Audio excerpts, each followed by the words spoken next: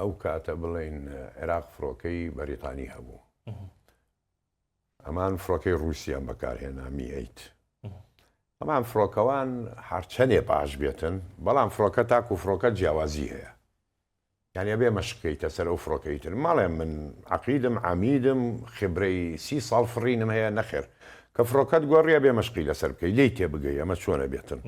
جیاوازە لە ڕێدەر و ئەوانەی جیاوازە هەلیکۆپتەرەکان.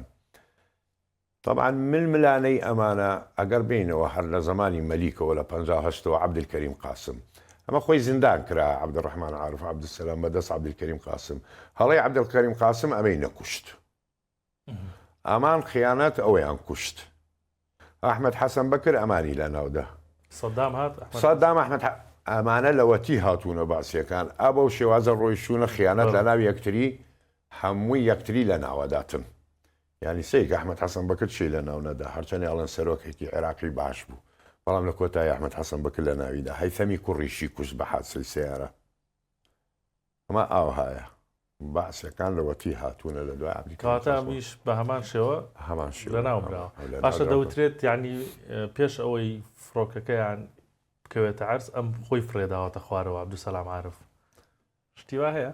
ئەوە قسەیە ئەکرێتن، ینی سەر تۆ هەر کەسێ لە ناو فڕۆکەیە بێ فڕۆکە بکەوێتە خوارەوە، هەر بیر بکەیتەوە خۆم فرێدەم هەر مردنەکە سەتا سەتا.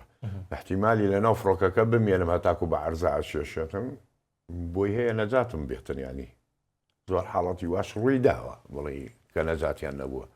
لەبەرەوە تەنها قسەیە یاواتە هەلیکۆپتەرەکە لە ئاسمان تەقیەوە پارچەی لێبووە و کەوتە خوارەوە بۆی هەیە، بەڵام هێچی خۆی فڕێمەدا باوەڕ بەوە مەکە. بەڵام باسی ئەوەت کردیانی لە سەرەتای بەرنامەکەەوە فڕۆکەی سەرۆک جیاوازە بەڕاستی، ئەمیش سەرۆک کۆمار بووە ئەو کاتە.